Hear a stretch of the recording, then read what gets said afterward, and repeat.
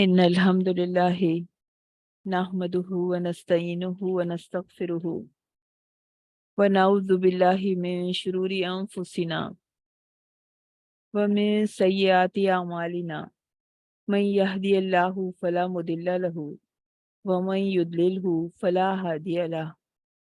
أشهد أن لا إله إلا الله وحده لا شريك له وأشهد أن محمدا عبده ورسوله رب اشرح لي صدري ويسر لي أمري واحلل عقدة من لساني يفقه قولي اللهم أرنا الحق حقا وارزقنا اتباعه وأرنا الباطل باطلا وارزقنا اجتنابه اللهم أيدنا بروح القدس۔ قرآن کی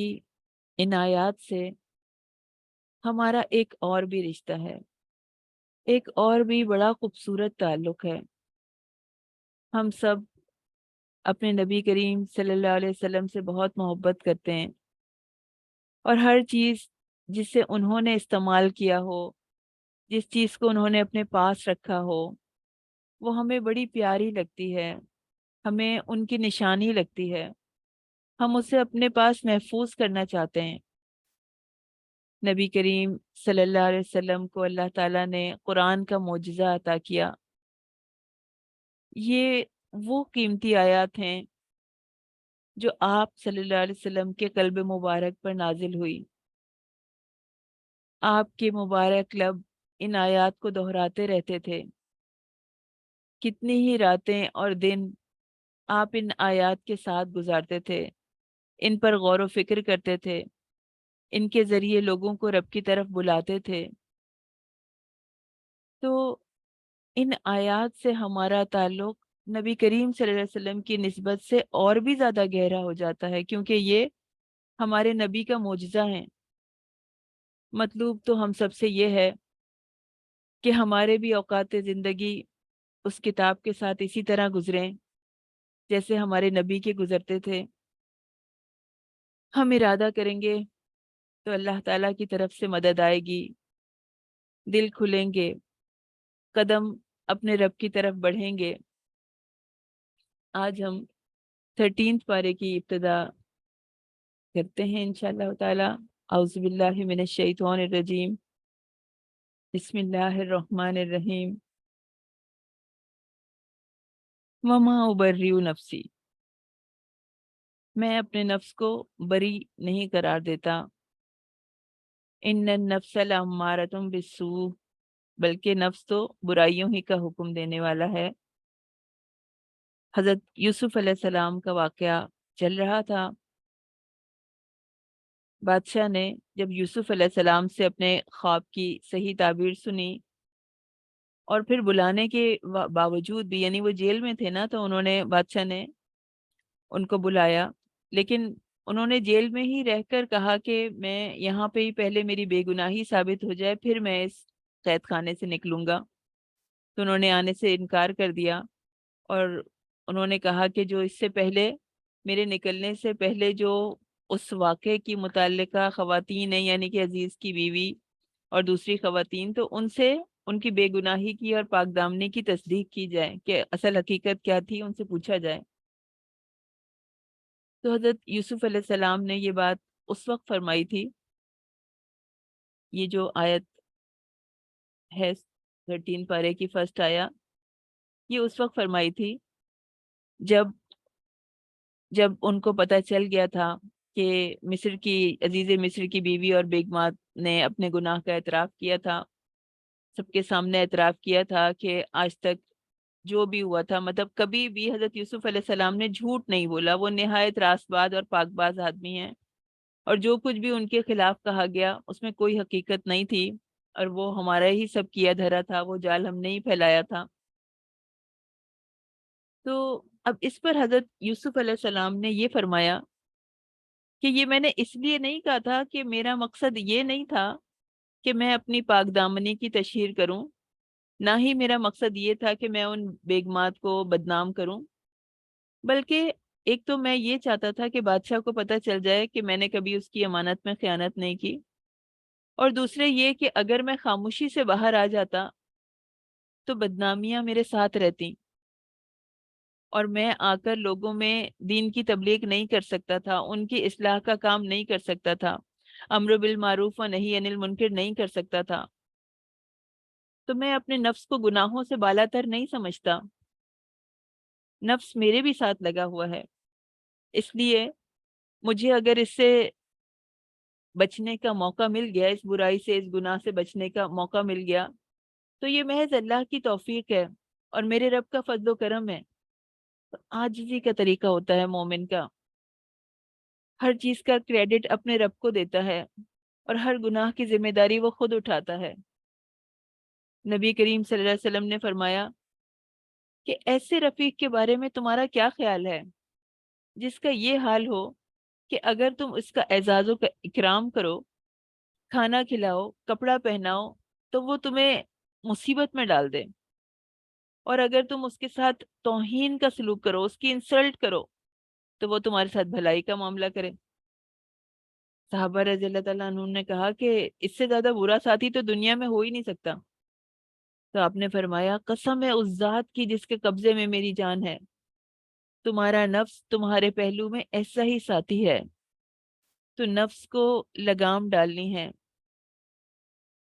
حضرت یوسف علیہ السلام کا واقعہ ہمیں یہ سکھا رہا ہے کہ مومن کو کس طرح اپنے آپ کو قابو میں کرنا ہے، اپنی خواہشات کو کنٹرول کرنا ہے، نفس کے پیچھے چلتے نہیں رہنا کہ جو جو وہ کہے اور انسان بس اس کے پیچھے چلنا شروع ہو جائے کہ میرا یہ دل چاہتا ہے اور میرا یہ دل چاہتا ہے اور مجھے یہ کرنا ہے۔ یہ دیکھنا ہے کہ ہر وہ کام قرآن و سنت کے حساب سے صحیح ہے یا نہیں ہے۔ اور یہ معاملہ صرف حضرت یوسف علیہ السلام کے ساتھ نہیں تھا، ہر انسان کے ساتھ نفس لگا ہوا ہے۔ ہر انسان کا نفس اس کو اکساتا رہتا ہے، خواہشات کی طرف دوڑاتا رہتا ہے، بدی کی طرف جانے کا کہتا رہتا ہے، اور جس پر اللہ کی رحمت ہو تو وہ اللہ کے اذن سے اپنے آپ کو ان ساری اٹریکشن سے بچا لیتا ہے۔ لیکن کوشش خود کرنی ہوگی۔ جو آگے بڑھے گا، جو اللہ سے مدد مانگے گا، اس کو پکارے گا کہ مجھے اس گناہ سے بچنا ہے، مجھے اس برائی سے بچنا ہے، میں اپنے رب کی رضا کے کام کرنا چاہتی ہوں، میں ایسی ہر چیز سے بچنا چاہتی ہوں جو میرے رب کو پسند نہیں ہے، تو اللہ تعالیٰ بچا لے گا۔ اس کے لیے ایفرٹ خود کرنا پڑے گا۔ تو ہمیں بھی اپنے آپ کو نفس کی شر سے بچانے کی دعا کرنی چاہیے۔ اللہم آتی نفسی تقواہا و زکیہا انت خیر من زکاہا، کہ اے اللہ ہمارے نفسوں کو اس کا تقوی عطا فرما دے، ان کو پیوریفائی کر دے، ان کا تزکیہ کر دے، اور آپ سے بہتر کون تزکیہ کرے گا؟ انت ولیہا و مولاہا، آپ ہی ہم اس کے ولی ہیں، ہمارے نفس کے، ہمارے، اور آپ ہی اس کے مولا ہیں۔ تو جب کسی بندہ مومن کو شیطان گناہ کی دعوت دیتا ہے تو وہ اللہ کے بھروسے پر اس سے بچنے کی کوشش کرتا ہے، تو پھر اللہ تعالیٰ اس بندے مومن کی ضرور مدد کریں گے۔ جو اس سے بچ نکلنے کا سامان کرے گا، اللہ تعالیٰ بچ نکلنے کے راستے آسان بنا دیں گے۔ اور پھر حضرت یوسف علیہ السلام کہتے ہیں بادشاہ سے، قال اجعلنی علی الارض قال اجعلنی علی خزائن الارض، کہ کہتے ہیں کہ مجھے اس زمین کے خزانوں پر مقرر کر دیجئے، بے شک میں پوری طرح حفاظت کرنے والا ہوں، خوب جاننے والا ہوں۔ اور اس طرح ہم نے اس سرزمین میں یوسف علیہ السلام کو اقتدار عطا فرمایا، اس میں جہاں چاہتا تھا جگہ پکڑتا تھا،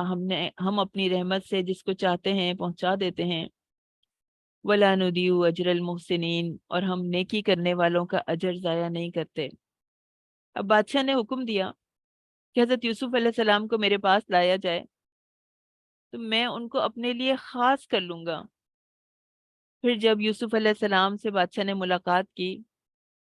اور ان کی علم کی وسعت دیکھی، ان کے اخلاق کی خوبی دیکھی اور دوسری خوبیاں دیکھی، تو وہ ان کا قائل ہو گیا، بہت امپریس ہو گیا حضرت یوسف علیہ السلام سے۔ تو اس نے کہا کہ اب آپ تو ہمارے یہاں بہت قدر و منزلت رکھتے ہیں، آپ کی امانت پر ہمیں پورا بھروسہ ہے۔ تو پھر حضرت یوسف علیہ السلام نے ان سے کہا قال اجعلنی علی خزائن الارض، آپ ایسا کیجئے ملک کے خزانے جو ہیں وہ میرے سپرد کر دیجئے، انی حفیظ علیم، میں حفاظت کرنے والا بھی ہوں اور علم والا بھی ہوں، علم بھی رکھتا ہوں۔ اب یہ جو جملہ ہے اس سے آپ کو کیا لگ رہا ہے کہ حضرت یوسف علیہ السلام اپنی تعریف بیان کر رہے ہیں، اپنی بڑائی بیان کر رہے ہیں،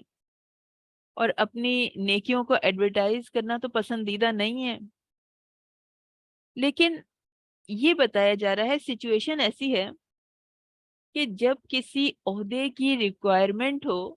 تو انسان اپنی خوبیاں بتا سکتا ہے، اپنی اسکلز کو شیئر کر سکتا ہے، کہ اگر دین کے لیے وہ کوئی بڑا کام کر سکتا ہے، وہ یہ سمجھتا ہے کہ اس میں یہ ایبلٹی ہے، تو اسے آگے بڑھ کر اپنی سروسز آفر کرنی چاہیے کہ میں یہ کام سنبھال سکتا ہوں، میں یہ کام کر سکتا ہوں اور اس کو میں ایزیلی ہینڈل کر سکتا ہوں۔ تو ہمیں یہ طریقہ سکھایا جا رہا ہے کہ دین کے لیے آگے بڑھنے کا، کہ ہماری جو بھی صلاحیتیں ہیں آگے بڑھ کر ہم اللہ کی راہ میں لگا دیں، اللہ کے دین کے کام آ جائیں۔ پھر حضرت یوسف علیہ السلام آزمائشوں کے ایک طویل سلسلے سے گزر کر آ رہے ہیں، اور یہ آزمائشیں کوئی ایسا نہیں ہے کہ کسی گمنامی کے گوشے میں ہوئی ہیں اور کسی کو پتہ ہی نہیں ہے ان کا۔ بادشاہ سے لے کر عام شہریوں تک مصر کا بچہ بچہ واقف ہے کہ وہ کتنی تکالیف سے گزر کر آ رہے ہیں۔ ان آزمائشوں نے ثابت کر دیا کہ وہ کتنی ان کی امانت کیسی ہے، وہ کیسے راست باز ہیں، ان کا ضبط نفس کیسا ہے، وہ کیسے اعلیٰ ظرف ہیں، ان کی ذہانت اور فراست کا بھی سب کو پتہ چل گیا، معاملہ فہمی کا بھی سب کو پتہ چل گیا۔ تو کسی کے انکار کی کوئی گنجائش ہی نہیں تھی، زبانیں ان کی شہادت دے چکی تھیں، دل ان سے مسخر ہو چکے تھے، ان کا حفیظ اور علیم ہونا اب محض دعویٰ نہیں تھا بلکہ اب ایک ثابت شدہ واقعہ تھا، ویریفائڈ تھا۔ تو ایک اور اینگل سے اس سچویشن کو دیکھتے ہیں ذرا براڈ اسپیکٹرم میں، کہ حضرت یوسف علیہ السلام نے یہ اختیارات کس غرض کے لیے مانگے تھے؟ یعنی دنیاوی طور پر اختیارات کا طلب کرنا، اقتدار حاصل کرنے کی کوشش کرنا یا بادشاہت کی خواہش کرنا، یہ تو اسلام میں پسندیدہ نہیں ہے، اور وہ ایک کافر حکومت کا نظام حکومت چلانا چاہتے ہیں، یعنی ان کی اس بات سے یہ ہمیں پتہ چل رہا ہے کہ وہ یہ چاہ رہے ہیں۔ تو کیا ایسی بات تھی کہ وہ گورنمنٹ میں آنا چاہتے تھے، وہ اقتدار میں آنا چاہتے تھے؟ ہرگز نہیں۔ انہوں نے تو ایسا اس لیے کیا، انہوں نے اپنی خدمات اس لیے آفر کی کہ وہ یہ چاہتے تھے کہ حکومت اپنے ہاتھ میں لے کر ملک کے نظام کو اسلام کے مطابق ڈھال دیں۔ اس سے ان کی غرض صرف یہ تھی کہ اللہ تعالیٰ کے احکام جاری کرنے کا، یعنی اس ملک میں اللہ کے احکام جاری کرنے کا اور حق قائم کرنے کا اور عدل پھیلانے کا ان کو موقع مل جائے، اور اس کام کو انجام دینے کی طاقت حاصل کر لیں جس کے لیے انبیاء علیہ السلام بھیجے جاتے ہیں۔ تو انہوں نے بادشاہی کی جو بات کی ہے، یہ مطالبہ جو ہے یہ دنیا کی لالچ میں نہیں کیا انہوں نے کہ انہیں دنیا مل جائے اور انہیں ایک پیسہ مل جائے اور انہیں اختیارات مل جائیں، بلکہ یہ جانتے ہوئے کیا کہ انہیں پتہ تھا کہ کوئی اور دوسرا شخص ایسا نہیں ہے جو یہ کام کر سکے۔ اور پھر دیکھیے یہ کتنی بڑی مثال ہے، کتنا بڑا انقلاب ہے۔ انہوں نے اکیلے اس ریولیوشن کو یعنی لے کر آئے مصر میں، مثال قائم کر دی انہوں نے کہ اگر کسی ملک میں صرف ایک مرد مومن ہو، صرف ایک، اور وہ ایمانی فراست رکھتا ہو، حکمت رکھتا ہو، تو وہ تنہا بھی، اکیلا بھی اپنے اخلاق کے زور پر، اپنی حکمت کے طریقے سے اسلامی انقلاب لا سکتا ہے۔ کافر حکومت ہے نا مصر میں، اور انہوں نے اقتدار سنبھالا اور سارا اسلام کے امپلیمنٹیشن کیا، اس میں اللہ کی طرف بلایا، اللہ کا قانون نافذ کیا۔ تو یہ مومن کی اخلاقی طاقت ہے کہ فوج اور اسلحے اور سر و سامان کے بغیر بھی ملک فتح کر سکتا ہے، وہ سلطنتوں کو مسخر کر سکتا ہے۔ پھر واقعہ آگے بڑھتا ہے، وقولا، اور حضرت یعقوب کی بات بتائی جا رہی ہے کہ انہوں نے کہا، یا بنیا، میرے بچوں، لا تدخلوا من باب واحد، ایک صرف ایک دروازے سے تم سب داخل نہیں ہونا، وادخلوا من ابواب متفرقہ، الگ الگ دروازوں سے تم لوگ داخل ہونا، اور میں اللہ کی تقدیر کو تم سے روک نہیں سکتا، بے شک حکم اسی کا ہے، اور میں اسی پہ بھروسہ رکھتا ہوں، علیہ توکلت وعلیہ فلیتوکل المتوکلون، اور اسی پہ توکل کرتے ہیں سب توکل کرنے والے۔ تو حضرت یوسف علیہ السلام بادشاہ بن گئے، اور ان کی بتائی ہوئی تعبیر کے مطابق ملک میں قحط پڑ گیا، اور حضرت یوسف علیہ السلام کی اسٹریٹجی کی وجہ سے ان کے پاس بہت سارا غلہ جمع ہو گیا، لوگ دور دور سے آنے لگے، اور ان کے بھائی بھی، حضرت یوسف علیہ السلام کے بھائی بھی غلے کی تلاش میں مصر آئے۔ تو حضرت یوسف علیہ السلام نے انہیں غلہ دیا اور یہ کہا کہ چھوٹے بھائی کو لے کے آؤ گے تو تمہیں اور زیادہ غلہ ملے گا۔ تو پھر انہوں نے اپنے والد کو آ کے تیار کیا کہ ہمیں اور زیادہ غلہ ملے گا، تو ہم بھائی کو ساتھ لے کے جا رہے ہیں۔ اب یہ سب بھائی اکٹھے جا رہے ہیں، تو حضرت یوسف علیہ السلام نے، حضرت یعقوب علیہ السلام نے اپنے بیٹوں سے، وہ یہ کہہ رہے ہیں، جب کہ سارے بیٹے جا رہے ہیں تو وہ کہہ رہے ہیں کہ ایک دروازے سے داخل نہیں ہونا بلکہ الگ الگ دروازوں سے داخل ہونا، اور ایسا نہیں ہے کہ میں تم سے اللہ کی طرف سے آنے والی کسی چیز کو ہٹا نہیں سکتا، میں جو تقدیر میں ہے میں اس کو روک نہیں سکتا، حکم تو اللہ ہی کا چلے گا، جو اللہ نے چاہا ہے ہو کے تو وہی رہے گا، لیکن میں اس پہ بھروسہ کرتا ہوں، اور سب بھروسہ کرنے والے اس پر بھروسہ کرتے ہیں۔ تو یعقوب علیہ السلام اپنے بیٹوں کو یہ حکم کیوں دے رہے ہیں، ایک دروازے سے نہیں جانا بلکہ الگ الگ دروازوں سے جانا، اس کی کیا حیثیت ہے؟ اس کی کئی وجہ ہو سکتی ہیں۔ مفسرین نے لکھا ہے کہ یعقوب علیہ السلام کو اپنے جو اتنے صحت مند، طاقتور، جوان، خوبصورت بیٹے ہیں، تو ان کے اکٹھے داخل ہونے پر نظر بد کے لگنے کا خطرہ تھا۔ ابن عباس رضی اللہ تعالیٰ عنہ سے روایت ہے کہ رسول اللہ صلی اللہ علیہ وسلم نے فرمایا کہ العین حق، نظر لگنا حق ہے، اور اگر کوئی چیز تقدیر سے آگے نکل سکتی ہے تو وہ نظر ہے۔ اور یہ بھی حدیث آتی ہے کہ نظر جو ہے وہ اونٹ کو ہانڈی میں پہنچا دیتی ہے اور انسان کو قبر میں پہنچا دیتی ہے، تو نظر لگنا برحق ہے۔ اس میں دیکھیے کہ ہم نے دیکھا ہے نا کہ لیزر سے پتھر کو بھی توڑا جا سکتا ہے، یعنی سائنس میں آپ دیکھتے ہیں، آپ جب ٹیکنالوجی کا آپ کو پتہ چلتا ہے، اب یہ دیکھیے مائکرو ویو ہے، اس میں جو الیکٹرو میگنیٹک ریڈیشن ہے، اس سے کوئی چیز جو اس کے اندر رکھی جائے تو وہ پک جاتی ہے، بلکہ تھوڑی دیر اور رکھو تو وہ بالکل جل جائے گی، بالکل ختم ہو جائے گی۔ تو ایسا بالکل پاسبل ہے کہ نظر لگنے والے کی آنکھ سے کوئی ایسی تاثیر رکھنے والی کوئی ریز نکلتی ہوں جو کہ کسی شخص کو نقصان پہنچاتی ہیں۔ تو یہ حسد کی وجہ سے بھی ہو سکتی ہے کہ اپنے، اور پھر ایسا بھی ہوتا ہے کہ اپنے پیاروں کی بھی نظر لگ جاتی ہے، کسی کی آنکھ میں یہ تاثیر زیادہ ہوتی ہے، کسی کی آنکھ میں کم ہوتی ہے، بچوں پر یہ زیادہ اثر انداز ہوتی ہے۔ اس سلسلے میں رسول اللہ صلی اللہ علیہ وسلم نے ایک ہدایت تو ہمیں یہ دی ہے کہ کوئی چیز بھی اچھی لگے تو اس کے لیے برکت کی دعا کریں، مطلب یہ کہہ دیں تبارک اللہ احسن الخالقین، یا کہہ دیں اللہم بارک فی، یا یہ یعنی اردو میں کہہ دیں کہ یا اللہ اس میں برکت فرما دیجئے، یا ماشاء اللہ کہ اللہ اس کو نظر بد سے بچائے۔ قرآن میں بھی ہم نے سورہ کہف میں آیت آئے گی ابھی انشاءاللہ تعالی کہ کوئی اپنے اپنے خوبصورت باغ میں داخل ہو، کوئی اپنی خوبصورت چیز دیکھے تو طریقہ بتایا گیا ہے کہ کہو ماشاء اللہ لا قوت الا باللہ۔ تو اس آیت سے یہی الفاظ اپنی ہر پیاری چیز پر پڑھنے کی ترغیب بھی ملتی ہے کہ اس سے وہ چیز جو ہے وہ نظر بد سے محفوظ رہے گی، اور اگر نظر لگ جائے تو نبی کریم صلی اللہ علیہ وسلم نے اس کو دور کرنے کے طریقے بتائے ہیں۔ عبداللہ بن عباس رضی اللہ تعالیٰ عنہ فرماتے ہیں کہ رسول اللہ صلی اللہ علیہ وسلم حضرت حسین اور حضرت حسن رضی اللہ تعالیٰ عنہ کو دم کیا کرتے تھے اور کہتے تھے کہ تم دونوں کے باپ یعنی حضرت ابراہیم علیہ السلام، اسماعیل علیہ السلام اور اسحاق علیہ السلام کو بھی ان کلمات کے ذریعے سے حضرت ابراہیم دم کرتے تھے، یعنی اپنے بچوں کو حضرت ابراہیم علیہ السلام بھی ایسے دم کیا کرتے تھے کہ کہتے تھے اعوذ بکلمات اللہ التامات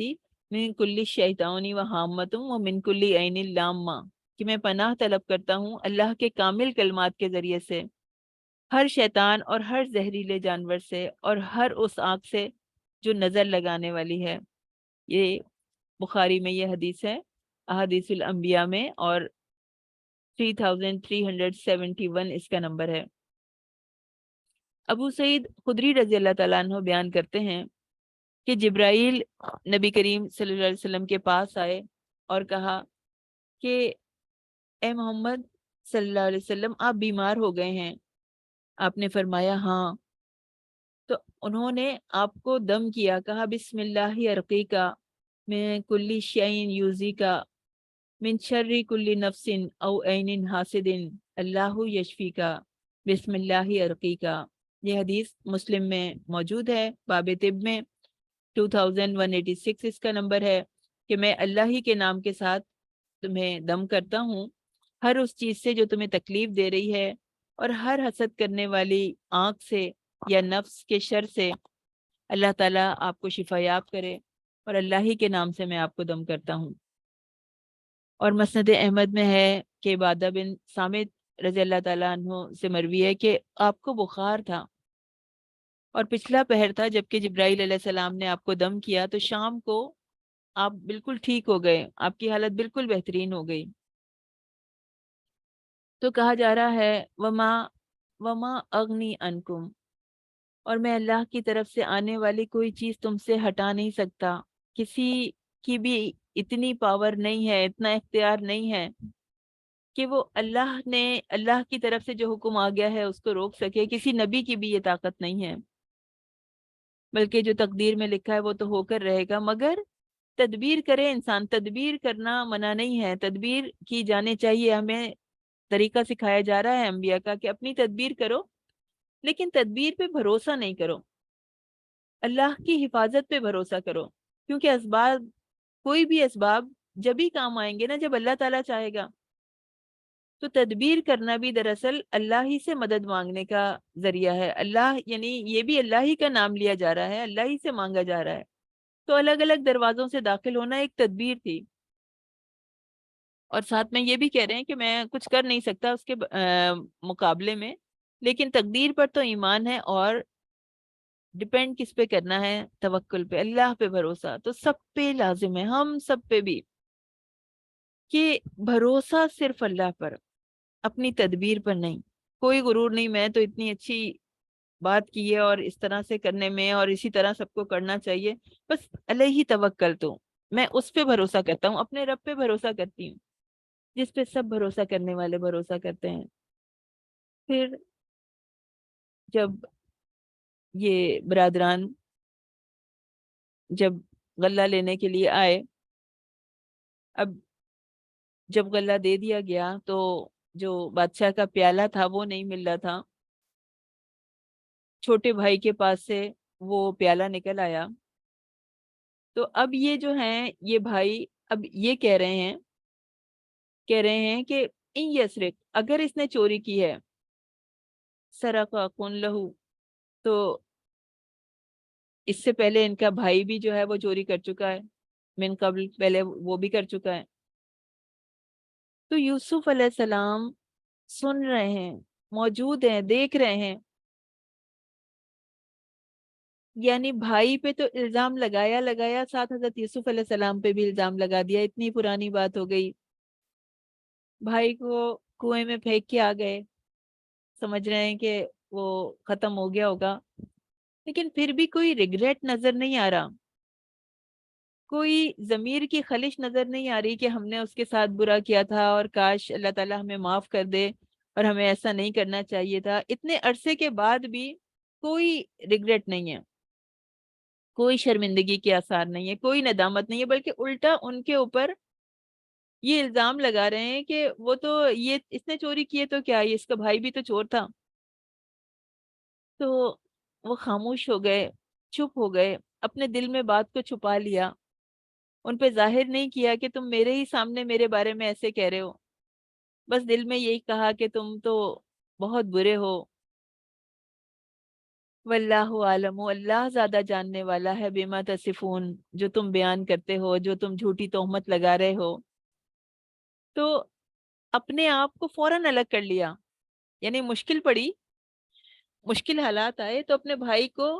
الگ کر دیا اور اپنے آپ کو الگ کر دیا، اس کی جرم کو بہانہ بنا کر اپنے آپ کو سچا ثابت کرنے کی کوشش کر رہے ہیں۔ اور یہ سوچئے کہ جب یوسف علیہ السلام گم ہو گئے تھے تو پھر یہ جو چھوٹا بھائی تھا، تو ان بھائیوں نے اس کے ساتھ کیا سلوک کیا ہوگا، اس کو بھی نہیں چھوڑا ہوگا، اس کو بھی جو ہے وہ تکلیف دیتے رہے ہوں گے پورے ٹائم، ان کے اس رویے سے یہ بات پتہ چل رہی ہے۔ تو اتنی نازیبا بات کہی، اتنی غلط بات کہی، پھر کہتے ہیں یہ لڑکا ہمارا حقیقی بھائی نہیں ہے، ہمارا بھائی نہیں ہے، یہ تو خاندانی بھی نہیں ہے، اس کا کردار بھی ایسا نہیں ہے، یہ تو ہمارا ستیلا بھائی ہے، اور یہ تو خصلتیں اس نے اپنی ماں سے لی ہیں، اور اس کا ایک اور بھائی بھی ہے جو اسی طرح چوری کے الزام میں پکڑا گیا تھا، تو اس نے تو مطلب ان کے تو خاندان میں ہے یہ چوری کی عادت، یہ کوئی نئی بات نہیں ہے کوئی۔ تو حضرت یوسف علیہ السلام نے کس طرح سے ضبط کیا، پی گئے، دینے والے ہیں، ان کو بانٹ رہے ہیں، ان کو غلہ دے رہے ہیں، اور وہ ان کے بارے میں کیا کہہ رہے ہیں، ان کے خیالات کیا ہیں اپنے بھائیوں کے لیے، یہ ان کی مدد کرنا چاہ رہے ہیں،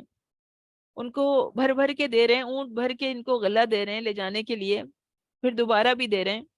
اور یہ جو ہیں ان کے خیالات، ان کے بھائیوں کے خیالات ان کے بارے میں یہ ہیں، دونوں کی اپوزٹ سوچ ہیں، اپوزٹ فیلنگز ہیں۔ تو بس اپنے جی میں یہ کہہ کے رہ گئے، کیسے لوگ ہو تم لوگ، دوسروں پہ بہتان باندھتے ہو، ظلم کرتے ہو، لیکن تمہیں اس کا احساس بھی نہیں ہے، دل میں سوچ رہے ہیں۔ ہوتا ہے نا ایسا، کتنی دفعہ ایسی سچویشنز ہمیں فیس کرنی پڑتی ہیں، تو حضرت یوسف علیہ السلام وہی بس ضبط کر کے رہ گئے، کہہ رہے ہیں یہ بات جو تم کہہ رہے ہو اس کی حقیقت کیا ہے، اس کے بارے میں تو اللہ تعالیٰ ہی جانتا ہے، دل میں کہہ رہے ہیں کہ کس نے چوری کی ہے اور کون بہتان باندھ رہا ہے، تو بجائے اس کے کہ وہ ان کو یاد دلاتے کہ تم جو ہے وہ تمہیں پتا ہے تم کہاں کھڑے ہوئے ہو، کس کے سامنے کھڑے ہوئے ہو، اور ان کو شرمندہ کریں، کچھ بھی نہیں کہا، اس سے ان کے اعلیٰ ظرف کا اندازہ ہو رہا ہے، اعلیٰ اخلاق کا اندازہ ہو رہا ہے۔ تو ہو سکتا ہے کہ ہمارے ارد گرد بھی ایسے لوگ موجود ہوں، خاندانوں میں، دوستوں میں، جابس میں، کوئی بھی انوائرمنٹ جس میں ہم ہوتے ہیں، یا اسکول، کالجز، یونیورسٹیز میں، ہو سکتا ہے کہ ایسے لوگ ہمارے آس پاس ہوں، تو ان سے ان کے ساتھ معاملات کرنے کا طریقہ بتایا جا رہا ہے۔ اب بتائیے، وہ سب مل کر یوسف علیہ السلام اور ان کے بھائی کو گرا رہے ہیں، اور جس کو اللہ بلند کرنے والا ہے اس کو کوئی گرا نہیں سکتا۔ تو بس انسان یہ سوچ لے، کسی کے کرنے سے، کسی کے مکر سے، کسی کے الزامات لگانے سے، کسی کے تہمت لگانے سے کچھ نہیں ہوگا، اللہ تعالیٰ بلند کریں گے۔ جو اعلیٰ ظرفی سے کام لے گا، جو اخلاق سے کام لے گا، اللہ تعلیم دے رہے ہیں کہ تمہیں کس طرح نبٹنا ہے سازشوں کو۔ پھر اب سچویشن کیا ہوئی کہ بنیامین کو، یعنی جو ان کا، یہ نام تو نہیں بتایا گیا قرآن میں، لیکن اسرائیلی روایات میں چھوٹے بھائی کا نام بنیامین آتا ہے، واللہ عالم۔ تو یعقوب علیہ السلام کے غم کا حال بیان کیا جا رہا ہے، ان کو بھی روک لیا گیا، حضرت یوسف نے اپنے پاس روک لیا ان کو، تو حضرت یعقوب علیہ السلام بہت بہت دل گرفتہ ہو گئے، کہا قَالَ إِنَّمَا أَشْكُو بَثِّي وَحُزْنِي إِلَى اللَّهِ، کہ بے شک میں اپنے غم کی شکایت، اپنی بے قراری کی شکایت اللہ سے کرتا ہوں، اور صرف صرف اللہ سے کرتا ہوں، اور میں اللہ کی طرف سے جانتا ہوں، وَعَالَمُ مِنَ اللَّهِ مَا لَا تَعْلَمُونَ، جو تم نہیں جانتے۔ حقیقت ہے کہ یعقوب علیہ السلام شدت کا غم انہوں نے فیس کیا، اور ایک عرصہ ہو گیا حضرت یوسف علیہ السلام کو گئے ہوئے، رو رو کے انہوں نے اپنا برا حال کر دیا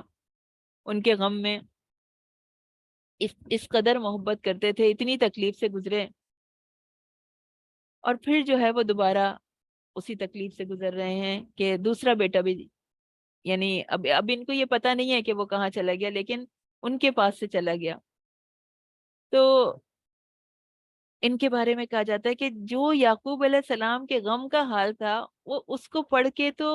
پڑھنے والے کا دل غم زدہ ہو جاتا ہے، پھر خود وہ کس حال سے گزرے ہوں گے۔ اور عبداللہ بن شداد کہتے ہیں کہ میں نے عمر رضی اللہ تعالیٰ عنہ کے رونے کی، دھاڑے مارنے کی آواز سنی، حالانکہ میں آخری صف میں تھا، اور وہ یہ پڑھ رہے تھے، رو رو کے پڑھ رہے تھے، انما اشکو بسی وحزنی اللہ، بخاری کی یہ حدیث ہے،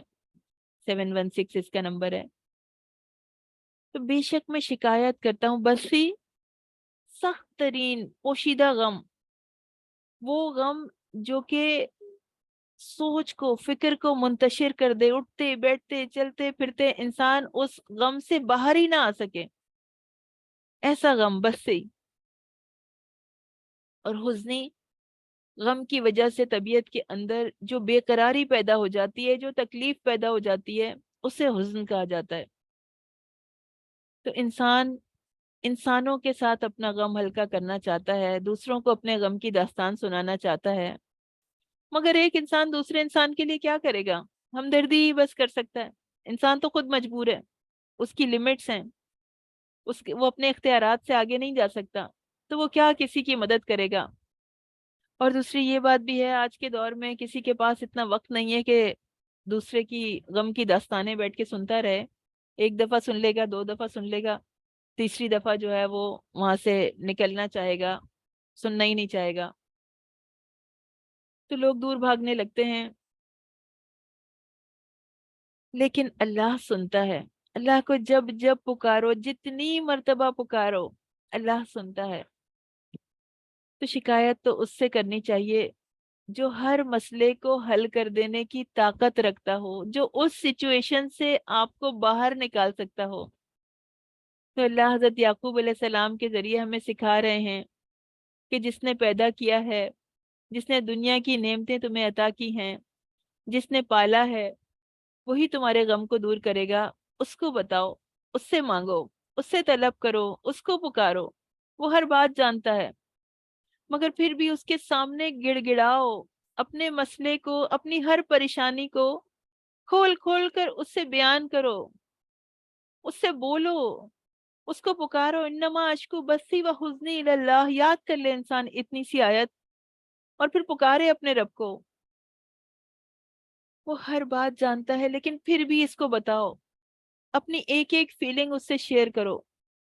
کیونکہ وہ ہر تکلیف دور کر دینے پہ قادر ہے، ہر مسئلے کو سولف کر دینے پہ قادر ہے۔ تو اس کے سامنے رو۔ نبی کریم صلی اللہ علیہ وسلم اپنے رب کے سامنے بہت روتے تھے، بہت گڑ گڑاتے تھے، رو رو کے ان کی ہچکی بن جاتی تھی، ایسے روتے تھے کہ ایسا لگتا تھا کہ جیسے ہانڈی کے ابلنے کی آواز آتی ہے، ایسی آواز آتی تھی جب وہ روتے تھے تو۔ اور ہم انسانوں کے سامنے روتے ہیں، ادھر کال کریں گے اور ادھر کال کریں گے، اور پھر اپنی درد کی داستانیں جو ہیں وہ رو رو کر بتائیں گے، اور جب اتنی جگہ پہ رو چکے ہوتے ہیں تو پھر اللہ کے سامنے تو آنسو ہی خشک ہو جاتے ہیں۔ بس بتایا جا رہا ہے کہ اس در کو پکڑ لو، اللہ کے در کو پکڑ لو، بس سارے مسئلے ادھر ہی سے حل ہوں گے، ساری مرادیں یہیں سے ملیں گی، تو بس اسے تھام لو۔ پھر بتایا، قولو، انہوں نے کہا، اِنَّکَ لَأَنْتَ یوسف، کیا آپ ہی یوسف علیہ السلام ہیں؟ یعنی بھائیوں کی بے بسی جب انہوں نے دیکھی حضرت یوسف علیہ السلام نے، اور انہوں نے، بھائیوں نے ان سے صدقے کا سوال کیا کہ آپ کچھ صدقہ ہی کر دیں ہمارے اوپر، کہاں تو کہتے تھے نانو اسبا، اب صدقہ مانگنے لگے۔ تو یوسف علیہ السلام کا دل بھر آیا، اب ان میں اس بات کوئی مزید اس معاملے کو طول دینے کی مزید تاب نہیں رہی، تو کہنے لگے کہ کیا تمہیں معلوم ہے، حضرت یوسف کہنے لگے کہ کیا تمہیں معلوم ہے کہ تم نے یوسف اور اس کے بھائی کے ساتھ کیا کیا تھا جبکہ تم نادان تھے علیہ السلام؟ دیکھیں کتنی خوبصورت بات ہے، کہہ رہے ہیں اذ انتم جاہلون، یعنی جب تمہیں پتا نہیں تھا نا، جب تم نے نادانی سے کام لیا تھا، تم سے بے وقوفی ہو گئی تھی، غلطی ہو گئی تھی، تو بھائیوں کو ان کی حرکت بھی یاد دلاتے ہوئے اس کی جگہ کہ جب انہوں نے کہا انتم جاہلون، وہ کہہ سکتے تھے انتم ظالمون، تم تو بہت ظلم کرنے والے ہو، تم نے میرے ساتھ بہت ظلم کیا ہے، مگر نہیں چاہتے تھے کہ ان کے بھائی ان کے سامنے شرمندہ ہوں۔ تو ابھی بھائیوں نے تو معذرت کی ہی نہیں، انہوں نے خود ہی ان کی طرف سے معذرت کا پہلو نکال دیا کہ جب تمہیں پتا نہیں تھا نا، انتہائی مروت کا مقام ہے جس کی جو ہے وہ توقع بس ایک نبی سے ہی ہو سکتی ہے، اور ہمیں بتایا جا رہا ہے۔ بھائیوں کو یہ سن کر دھچکا لگا، برسوں پرانی بات ہے، یہ پوچھ رہے ہیں کہ تم یوسف علیہ السلام کو جانتے ہو؟ تو انہیں پتا ہے کہ ہمارے سوا تو کوئی انہیں نہیں جانتا، اور اس اجنبی سرزمین پر یہاں پر کون یوسف علیہ السلام کو جاننے والا نکل آیا؟ تو ان کو اتنی حیرت ہوئی، حیرت کی بھی کیفیت ہے، تعجب کی بھی کیفیت ہے، اور دہشت کی بھی کیفیت ہے، سارے ملے جلے جذبات ان کے چہرے پہ نظر آنے لگے۔ تو اس بات کا سوال کر رہے ہیں،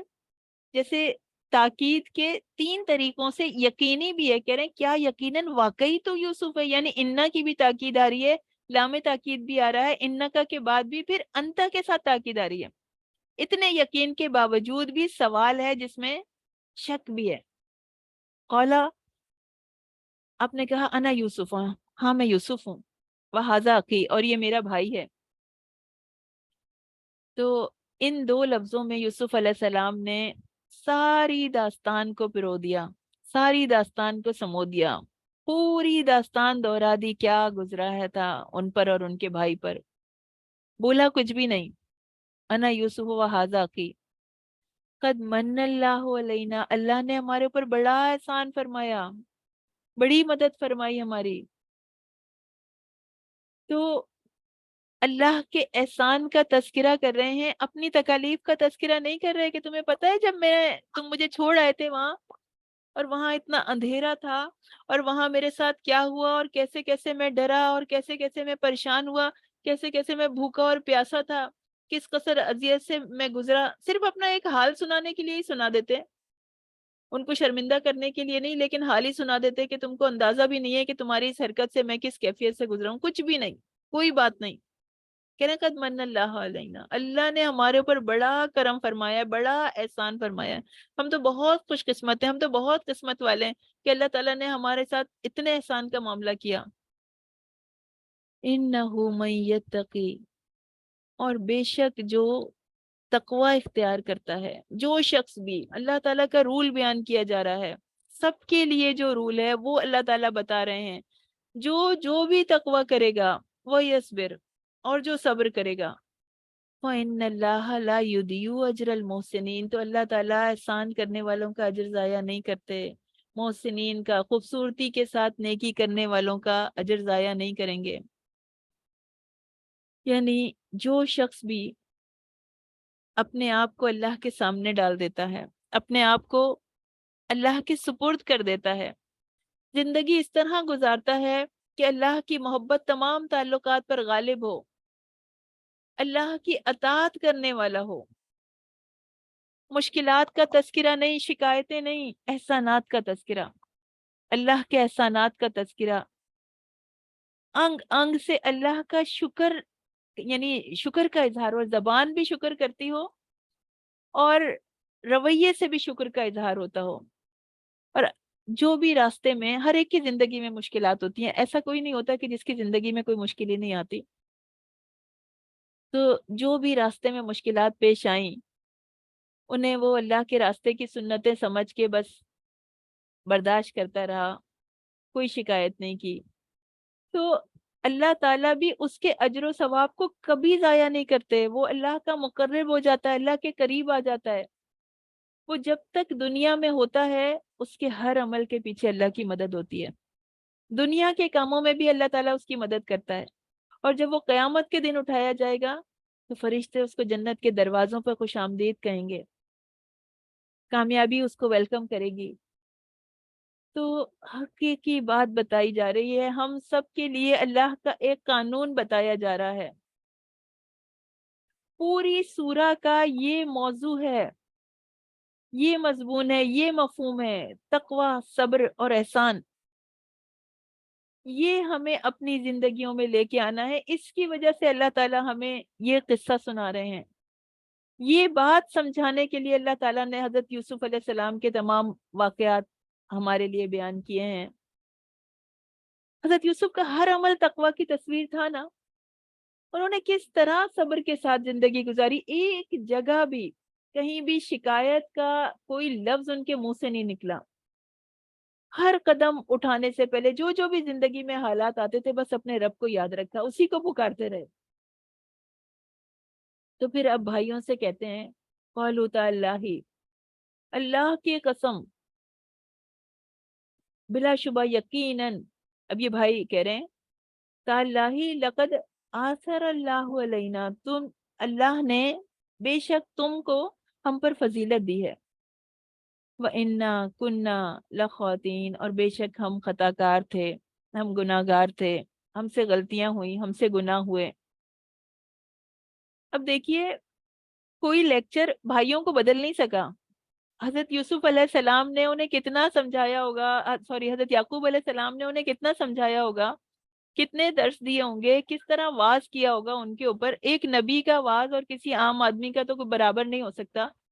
کتنا سمجھایا ہوگا، مگر کوئی فرق نہیں پڑا ان کے اوپر، نہیں بدلے۔ ابھی لاسٹ ٹائم تک بھی ان کے اوپر چوری کا الزام لگا رہے ہیں، کوئی ندامت نہیں ہے، شرمندگی نہیں ہے۔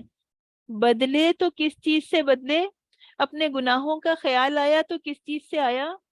اخلاق کے ذریعے سے، حضرت یوسف علیہ السلام کے اخلاق کے ذریعے سے۔ حضرت یوسف علیہ السلام ان سے کہتے ہیں قولا لا تثریب علیکم اليوم، آج تم پر کوئی ملامت نہیں ہے، یغفر اللہ لکم، اللہ تمہیں بخش دے، اللہ تمہاری مغفرت کرے، اللہ تعالیٰ تمہیں معاف کر دے، وَهُوَ ارحم الراحمین، اور وہ ضرور تم پر رحم کرے گا، وہ تو سب رحم کرنے والوں سے زیادہ رحم کرنے والا ہے۔ تو یہ نہیں کہ خود بھی معاف کر دیا، ان کے کہنے سے پہلے ہی خود بھی معاف کر دیا، ان کی درخواست کیے بغیر ہی خود بھی معاف کر دیا، اور اللہ سے بھی ان کے لیے مغفرت کی دعا کر رہے ہیں، رحم کی دعا کر رہے ہیں۔ کوئی دوسرا آدمی ہوتا تو ایسے قصوروار جب ان پر قابو پا لیتا تو پھر کس طرح انہیں جتلاتا، ہرگز بھی معاف نہیں کرتا۔ اور یہی سلوک نبی کریم صلی اللہ علیہ وسلم نے فتح مکہ کے بعد وہاں کے رہنے والوں سے کیا تھا۔ ابو ہریرہ رضی اللہ تعالیٰ عنہ فرماتے ہیں کہ فتح مکہ کے دن قریش کے سرداروں اور بڑے بڑے لوگوں نے کعبہ میں پناہ لے لی تھی۔ رسول اللہ صلی اللہ علیہ وسلم جب تشریف لائے، وہاں پر نماز ادا کی، اور پھر آپ نے ان لوگوں سے فرمایا کہ لا تثریب علیکم اليوم، کہتے ہیں میں تم سے وہی بات کہوں گا جو میرے بھائی یوسف نے کہا تھا، لا تثریب علیکم اليوم یغفر اللہ لکم وَهُوَ ارحم الراحمین۔ تو وہ سب نے سنا، سب ایمان لے آئے، آپ کے ہاتھ پر اسلام کی بیعت کی۔ تو اخلاق کے ذریعے سے اسلام پھیلتا ہے، اخلاق کے ذریعے سے دین بلند ہوتا ہے، احسان کے طریقے سے دین بلند ہوتا ہے۔ تو اب کہہ رہے ہیں، ان کو جب احساس ہو گیا، فوراً ندامت انہوں نے فیل کی، کہہ رہے ہیں یا ابانا، اب اپنے والد سے بھی کہہ رہے ہیں استغفر لنا، ہمارے لیے آپ استغفار کیجئے، ذنوبنا، ہمارے گناہوں کی، انا کننا خاطئین، ہم تو بہت خطا کار ہیں، آپ ہمارے لیے بخشش کی دعا کیجئے۔ تو یہ کہنے والے بیٹے بھی تھے اور پوتے بھی تھے اور بہویں بھی تھیں، سب کا رویہ کیسا تھا؟ جیسا بیٹوں کا رویہ ہوتا ہے ویسے ہی پورے خاندان کا رویہ ہوتا ہے اپنے پیرنٹس کے ساتھ۔ کہہ رہے ہیں آپ تو بالکل بہکے ہوئے ہیں، آپ تو بس اس سوچ سے باہر نہیں آئیں گے۔ اس طرح سے کر کے شروع سے لے کے بات جس طرح بیٹے کرتے تھے اسی طرح سارے خاندان والے کرتے تھے، لیکن اب نادم ہو گئے، اب اپنی غلطی کا اعتراف کر رہے ہیں، اور اب درخواست کر رہے ہیں کہ آپ ہمارے لیے اللہ سے مغفرت کی دعا کریں۔ اور کیونکہ آپ نے اگر ہمیں معاف کر بھی دیا اور انہیں پتا ہے کہ یہ بھائی بھی معاف کر دے گا، باپ بھی معاف کر دے گا، لیکن اگر اللہ نے معاف نہیں کیا تو یہ کہاں جائیں گے؟ تو حضرت یعقوب علیہ السلام نے ان سے کہا قال سوف استغفر لکم ربی، میں جو ہوں وہ عنقریب تمہارے لیے اپنے رب سے بخشش کی دعا کروں گا۔ تو اب انہوں نے خود فوراً استغفار نہیں کی، انہوں نے یہ نہیں کہا کہ کہ ہاں اللہ تعالیٰ تمہیں معاف کرے، میں ابھی دعا کرتا ہوں تمہارے لیے، اللہ تعالیٰ تمہیں معاف کر دے گا، یہ نہیں کہا، وعدہ کر رہے ہیں، فوراً استغفار نہیں کر رہے، وعدہ کر رہے ہیں کہ میں تمہارے لیے استغفار کروں گا، اور جو یقیناً انہوں نے پورا کیا ہوگا، انہوں نے اپنا یہ وعدہ۔ اہل علم نے اس کی کئی وجہیں بتائی ہیں کہ حضرت یعقوب نے اسی وقت استغفار کیوں نہیں کیا، اسی وقت اللہ سے ان کے لیے معافی طلب کیوں نہیں کی، اس کو پینڈنگ کیوں ڈالا؟ تو بعض مفسرین نے تابعین اور صحابہ کے اقوال نقل فرمائے ہیں کہ یعقوب علیہ السلام نے ان سے پچھلی رات دعا کرنے کا وعدہ کیا تھا، یعنی تہجد کے وقت دعا کرنے کا وعدہ کیا تھا، کیونکہ وہ قبولیت کا وقت ہے، تو انہوں نے کہا تھا کہ میں ایسے وقت میں دعا کروں گا کہ جب دعائیں قبول ہوتی ہیں، میں تمہارے لیے اس وقت دعا کروں گا، تو مجھے اللہ سے یقین ہے، اللہ سے امید ہے کہ وہ یہ دعا قبول کر لے گا۔ ابن جریر میں ہے کہ حضرت عمر رضی اللہ تعالیٰ عنہ مسجد میں آئے تو انہوں نے سنا کہ کوئی کہہ رہا ہے کہ اللہ تو نے پکارا میں نے مان لیا، تو نے حکم دیا میں نے پورا کیا، یہ سحر کا وقت ہے، بس تو مجھے بخش دے۔ آپ نے کان لگا کے غور کیا تو معلوم ہوا کہ یہ آواز حضرت عبداللہ بن مسعود رضی اللہ تعالیٰ عنہ کے گھر سے آ رہی تھی۔ آپ نے ان سے پوچھا تو انہوں نے کہا کہ یہی وہ وقت ہے کہ جس کے لیے حضرت یعقوب علیہ السلام نے اپنے بیٹوں سے کہا تھا کہ میں تھوڑی دیر بعد تمہارے لیے استغفار کروں گا، یعنی عنقریب کروں گا، تو انہوں نے اس وقت استغفار کی اپنے بچوں کے لیے۔ تو ہمیں بھی تو وہ راتیں ملتی ہیں،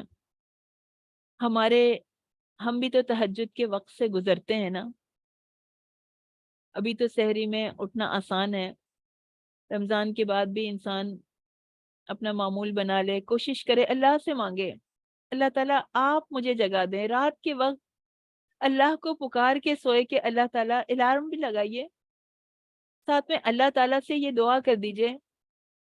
کہ اللہ تعالیٰ آپ مجھے اٹھا دیجئے گا، آپ میرے لیے آسان کر دیجئے گا، آپ مجھے توفیق دے دیجئے گا، اور اپنا پورا ارادہ، ایسا نہیں کہ انسان اٹھ بھی گیا اور پھر اٹھ نہیں رہا، تو اپنے نفس کو کنٹرول کر کے اٹھنے کی کوشش کرنی ہے اور اس پہ اللہ سے مدد مانگنی ہے، تو انشاءاللہ اللہ تعالیٰ ضرور دیں گے۔ اور ہمیں بھی تو کتنا کچھ چاہیے اللہ تعالیٰ سے، ہمیں بھی تو کتنا کچھ مانگنا ہے، کتنی دعائیں ہم نے اپنی پوری کرانی ہے جو ہم چاہتے ہیں کہ اللہ تعالیٰ انہیں قبول کر لے۔ تو بہت مانگنا ہے، بہت مانگنا ہے، اس کے لیے الگ سے وقت نکال کے مانگنا ہے، رو رو کے، گڑ گڑا کے کوشش کریں، رونا نہیں آئے تو رونے جیسی شکل بنا لیں۔ حضرت یوسف علیہ السلام کی دعا آ رہی ہے خاتمہ صورت میں، فاطر السماوات والارض، آسمان اور زمین کو پیدا کرنے والے، انت ولی فی الدنیا والآخرہ، آپ ہی تو دنیا اور آخرت میں میرے ولی ہیں، میرے ساتھی ہیں، میرے دوست ہیں۔ توفنی مسلمن، تو مجھے مسلمان ہونے کی حالت میں فوت کیجیے گا، والحقنی بالصالحین، اور صالحین سے ملا دیجیے گا مجھے، میرا حشر صالحین کے ساتھ کیجیے گا۔ عائشہ رضی اللہ تعالیٰ عنہ فرماتی ہیں کہ میں نے رسول اللہ صلی اللہ علیہ وسلم سے سنا، بخاری کی حدیث ہے،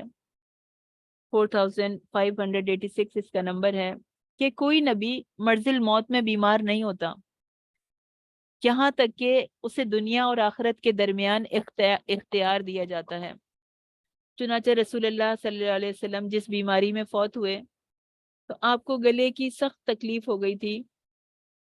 کہتی ہیں میں نے سنا کہ آپ کہہ رہے تھے ما الذین انعم اللہ علیہم، میں ان کا ساتھ چاہتا ہوں جن پر آپ نے انعام کیا ہے۔ یہ وہی بات ہے، وہی ساتھ ہے جو ہم سورہ فاتحہ کے آخر میں مانگتے ہیں۔ تو اللہ کے نبی نے بھی مرتے وقت اس کو طلب کیا کہا من النبیین، نبیوں میں سے، میں ان کا ساتھ چاہتا ہوں کہ انبیاء کا ساتھ مجھے ملے، والصدیقین، اور صدیقین کا، والشہداء، اور شہیدوں کا، والصالحین، اور صالحین کا ساتھ مجھے ملے۔ اللہ کے نبی مانگ رہے ہیں، انہیں تو ملے گا ہی۔ اصل میں ہمیں سکھایا جا رہا ہے، حضرت یوسف علیہ السلام بھی ہمیں سکھا رہے ہیں، ہمارے نبی کے ذریعے بھی ہمیں سکھایا جا رہا ہے ان کے عمل کے ذریعے سے۔ حضرت عائشہ کہتی ہیں میں سمجھ گئی کہ اب آپ کو اختیار دے دیا گیا ہے اور آپ طلب کر رہے ہیں کہ مجھے مرنے کے بعد بھی صالحین کے ساتھ اٹھایا جائے۔ ہمیں بھی دعا بتائی گئی ہے کہ اپنے لیے دعا کریں کہ دنیا میں بھی صالحین کا ساتھ ہو اور آخرت میں بھی صالحین کے ساتھ حشر ہو۔ تو قیامت کے دن صالحین کے ساتھ شامل ہونے کی خواہش اور دعا ہمیں سمجھائی جا رہی ہے۔ اللہ تعالی ہمیں بھی اپنا یہ فضل عطا کر دے، ہمیں اپنے اس کرم سے نواز دے، ہمیں زندگی میں بھی مسلمان بنا دے، عمل کرنے والا مسلمان بنا دے، ہمیں مرتے وقت بھی مسلمان اٹھائے اور ہمارا حشر صالحین کے ساتھ کرے۔ سورہ رعد مکی سورہ ہے۔ رات کا مطلب ہوتا ہے تھنڈر، بادل کی گرج۔ سورہ رعد میں 43 آیات ہیں، 976 ورڈ ہیں، اور 3503 اس کے لیٹرز ہیں، اور 6 رکوع ہیں اس میں۔ شروع ہوتی ہے الف لام میم را تلک آیات الکتاب۔ یہ آیات کتاب کی ہیں۔ والذی انزل الیک من ربک الحق، اور جو کچھ بھی تیری طرف تیرے رب کی جانب سے نازل کیا گیا وہ حق ہے، لیکن اکثر لوگ ایمان نہیں لاتے۔ تو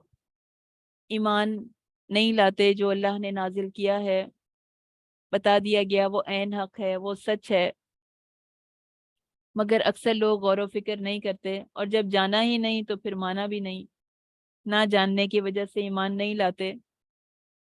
لوگ کہتے ہیں میجورٹی از اتھارٹی، کہ اکثریت کی رائے مانی جائے گی،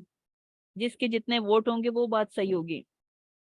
لیکن یہ بات نہیں ہے۔ ایمان والے تو قلیل بھی ہو سکتے ہیں اور کثیر بھی ہو سکتے ہیں، مگر اکثریت کس کی نظر آتی ہے؟ ہمیشہ ہر دور میں اکثریت جو ہے وہ ان کی نظر آتی ہے جو لا یومنون ہیں، جو شکر کرنے والے نہیں ہیں۔ تو majority is not the authority, اکثر تو لوگ ایسے ہوں گے، لیکن ایمان لانے والے جو ہیں، ایمان حق ہے، ہو سکتا ہے بالکل کم لوگ ہوں، لیکن حق اپنی جگہ وزنی رہے گا۔ حق کا وزن قیامت میں میزان کے پلڑے پہ بھی بھاری ہوگا، اور اللہ کی بات کی جا رہی ہے وَيُسَبِّحُ الرَّعْدُ، بادل کی گرج اس کی حمد کے ساتھ تسبیح کرتی ہے، وَالْمَلَائِكَةُ مِنْ خِيفَتِهِ، اور فرشتے بھی اس کے خوف سے اس کی تسبیح کرتے ہیں، اور وہ کڑکنے والی بجلیاں بھیجتا ہے، پھر انہیں ڈال دیتا ہے جس پر چاہتا ہے، جبکہ وہ اللہ کے بارے میں جھگڑ رہے ہوتے ہیں، اور وہ بہت سخت قوت والا ہے۔ رات، بادل کی گرج، اس آیت میں اللہ تعالیٰ اپنی کمال قدرت بتا رہے ہیں، اپنا جلال بتا رہے ہیں، اپنی عظمت، اپنی شان بیان کر رہے ہیں، کہ بادل کی گرج بھی، گرنے والی بجلیوں کا تذکرہ ہے، ان کی کڑک کا ذکر فرمایا، یہ سب اس کی حمد کے ساتھ تسبیح کرتے ہیں، کہ اللہ تعالیٰ ہر کمی سے، ہر عیب سے پاک ہے، اس کے اندر ہر کمال ہے، ہر خوبی ہے، وہ مالک ہے۔ فرشتے بھی اسی کی تسبیح کرنے والے ہیں، کائنات میں ہر چیز اس کو پکارتی ہے، اس کی تسبیح کرتی ہے۔ سورہ بنی اسرائیل کی آیت ہے، آیت 44، اور کوئی بھی چیز ایسی نہیں ہے جو اس کی حمد کے ساتھ تسبیح نہ کرتی ہو، لیکن تم ان کی تسبیح سمجھتے نہیں ہو۔ تو قرآن مجید میں کئی چیزوں کا ہمیں بتایا گیا کہ وہ سینس رکھتی ہیں، وہ چیزیں باتیں کرتی ہیں، جیسے کائنات کی ہر چیز تسبیح کرتی ہے، جیسے سلمان علیہ السلام کے زمانے میں چونٹی نے بات کی، ہدہد نے گفتگو کی، سورہ نمل میں اس کا تذکرہ ہے۔ جہنم اور جنت جو ہیں وہ قرآن و حدیث میں ہمیں